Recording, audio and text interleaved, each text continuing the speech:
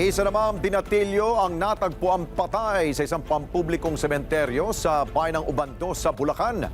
Nawawala ang dalawang cellphone nito at ang kanyang bike kaya posibleng pinagnakawan ang biktima bago siya pinatay. Jim Tejano sa Balita Exclusive. Ang magulang laging nakakaintindi. Kaya lang hindi ko pwede siyang isama sa lahat ng pupunta. Ang simpleng pangarap para sa anak, tila mababaon na lang sa limot. Mula sa isang isla sa Ubando, Bulacan, nangabilang bayan si Nanay Daisy upang may maipangtustos lamang sa kanyang mga anak. Pero isang malamig na bangkay na pala ang bubungad sa kanya. Bakit niyo ginawa sa anak ko ang ganong pangyayari?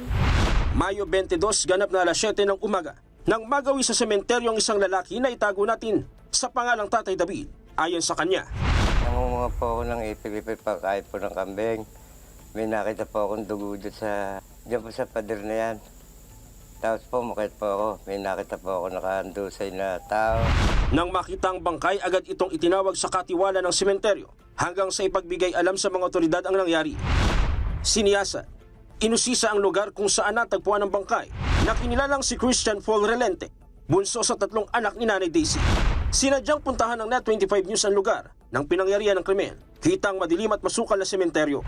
Ito yung sinasabing sementeryo na sakop ng Barangay Paco sa Ubando, Bulacan, kung saan isang lalaki ang natagpuang patay dito sa nichong ito.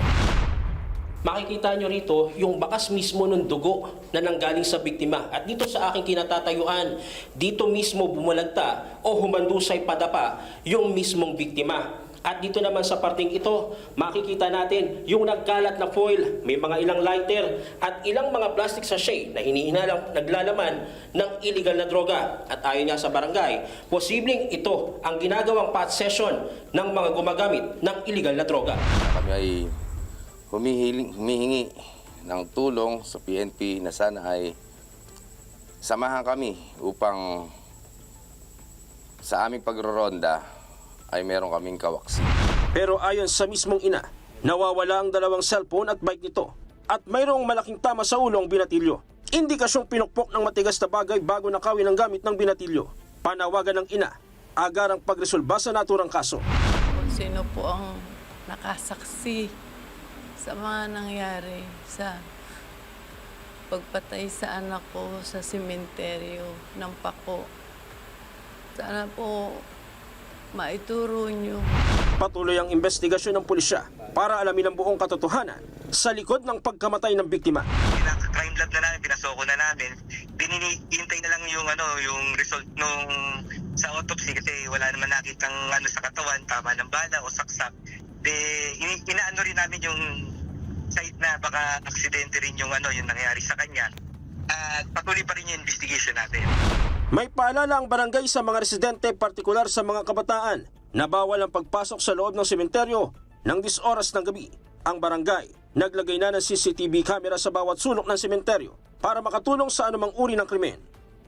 Jim Tejano, para sa mata ng Agila. Matatag, matapang, matapat. Maraming salamat sa inyo pong pagsubaybay sa Mata ng Agila Primetime. Para malaman ang matatag, matapang at matapat na mga balita, i-follow lamang at mag-subscribe sa @Net25 TV.